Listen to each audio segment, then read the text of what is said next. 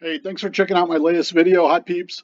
I'm going to cover in this one some of the point totals and implied point totals for teams in the games this weekend. Quick look at what some of the chalk type lineups are for DraftKings Rainmakers for the main slate week 6.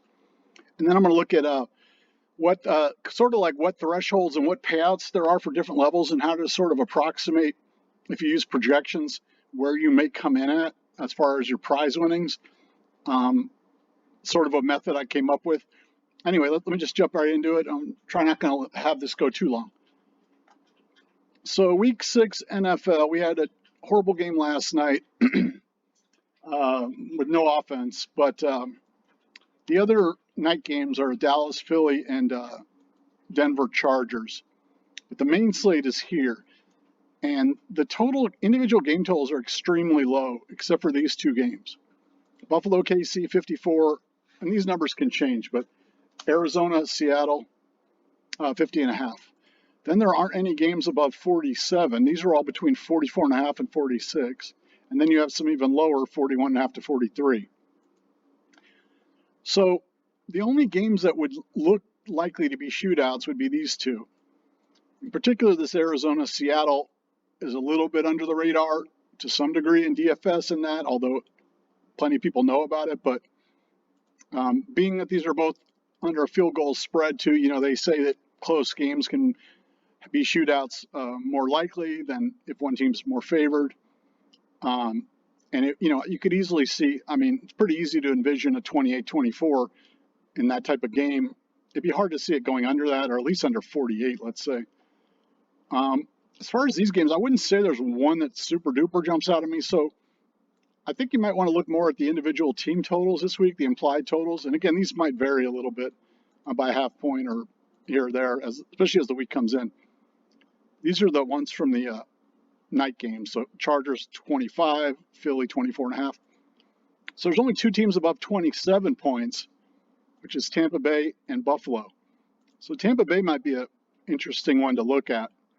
If they have them scoring, let's say 4 touchdowns, then some of them are going to have to come from Brady or Fournette, basically. Buffalo, everybody knows about. This game, I'm not a fan of either team, and I don't have many of their players, so I wouldn't mind with some of how they could both lose, and it would be a low-scoring grind-out game. But anyway,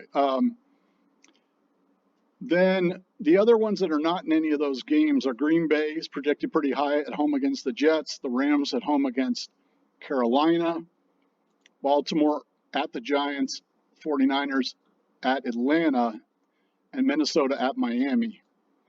It's just really hard to say. There's so many injuries and uncertainty, what some of these teams are going to do. That Cincinnati-New Orleans seems low to me, but that one I would say jumps out. But I would think looking, possibly using this type of thing as well as maybe focusing on these two games when you can would be a good way to go this week. So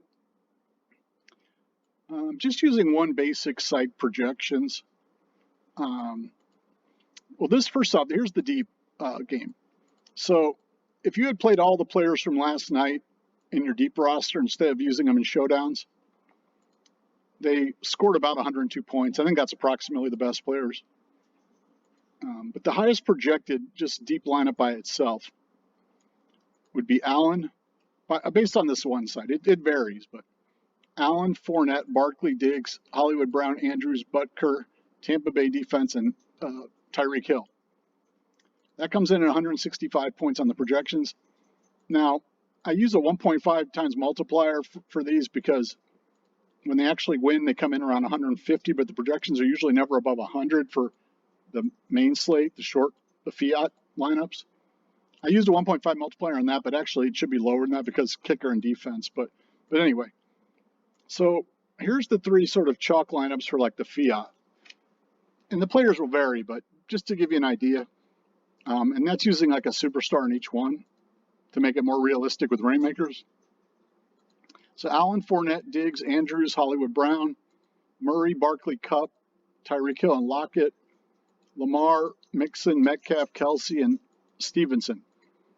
And those come out to like 108, 103, and 93. So if you notice, even by the time you're down to a third unique lineup of players, The projection is only 93. And this is tend to be how it has been in previous weeks that I've done this. By the time you get to the third team, it's not even close to 100.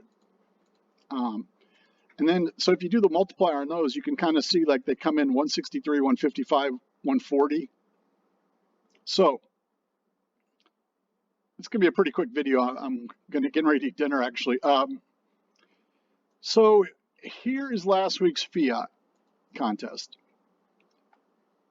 The core won with 158.6. So it's very close to that projection I'm showing you for this week. So usually 150 will cash you high in these tournaments. If you sort of reverse engineer that, that comes out to 105.7. So like a projection, you could say. What was the projection of that? So the rare one was 156.3, which is like reverse engineer to 104.2, 110,000. As far as the caching, okay, they lowered the amount this week that get cards. They've kept the same amount always with the amount that can win cash, but they've fiddled up and down with this number from week to week. So like last week, 8150 would win you a card in the core. Now it's only 6150 position. Last week, 2479, they took a whole lot off of the rare on that. So basically, these are the scores that won you cash last week in the core in the rare Fiat, 95 and 91. Those reverse engineer, I'm overusing that term, but those come out to for projection around 64 or 61. And those won $5 and $20. The cards, on the other hand, were a lot lower, and they're going to be higher this time.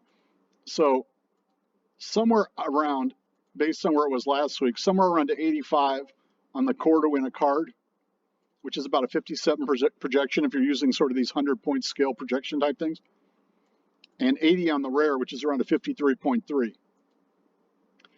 So I looked at my lineups. I was working on some lineups, and here's the deeps, by the way. Let me just go over the deeps real fast. So the deep winner was 228.7, which is like a 152 projection. And that's below what this is projected at. And the rare was 223.6, which is like a 149. That won 3,000 on the deep ones to start Thursday. They also lowered the amount that cash on these, the amount that win cards. So it went from 4,600 to 4,400. And this one they took down by 200, which doesn't seem right. Doesn't seem very nice to me. But the cash thresholds remain the same and pay $3 and $20 minimum.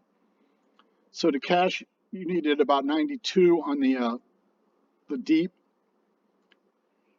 On the rare, you needed higher by my calculation, 118.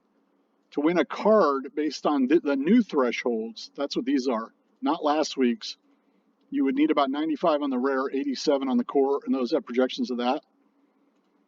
So I had signed up basically for a lot of deep lineups. And once you do that, I sort of don't want to not fill them. And I even had a couple players who were in these games that I kept in, that I didn't use in showdowns. I used in these, but a couple of them did good, relatively good.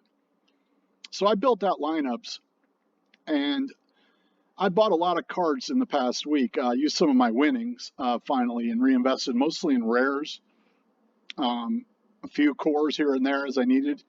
And some of them aren't playing this week, and everybody keeps getting injured and this and that.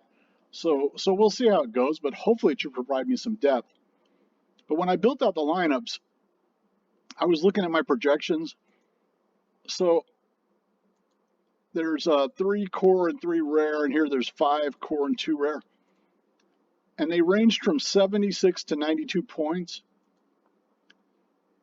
Now, then I looked at where these fit, give them a 1.5 multiplier, and where these fit in last week's totals.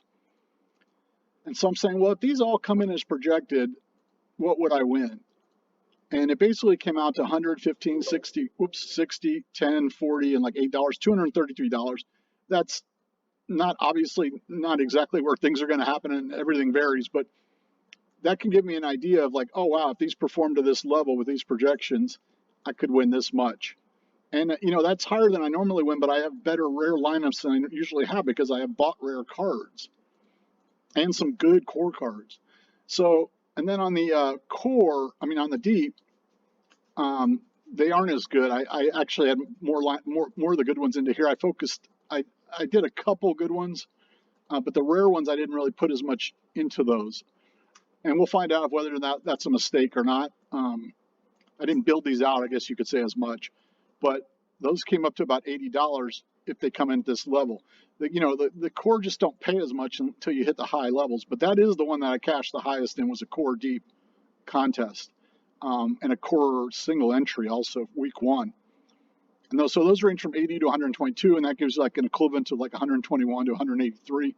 You really need to get up over 200 to do good in those. So that's telling me that, if these came in the same way, if these meet projections based on last week's pricing, I would win somewhere around $320 if they all did. I'll be happy with $200 or $300, knowing what I've put in and what I invested this week, and whether it all comes from one contest or several, but obviously the rare pair more. But this is a way you can give yourself an idea. I mean, I always talk about having projections in the 80s and 90s being good, because, like I said, the third best chalk lineup this week only projects 93, and that's equivalent of 140. And of course, things are always going to outperform and underperform. So that's it. I'll probably do another one before the games start on Sunday, maybe with some sleepers. But not a lot of high totals. I'm probably better maybe focusing on individual teams than games, looking for shootouts, except for these 2 games, I would say. That's what it looks like to me at this point. All right, have a good one, guys. Thanks for checking out the video.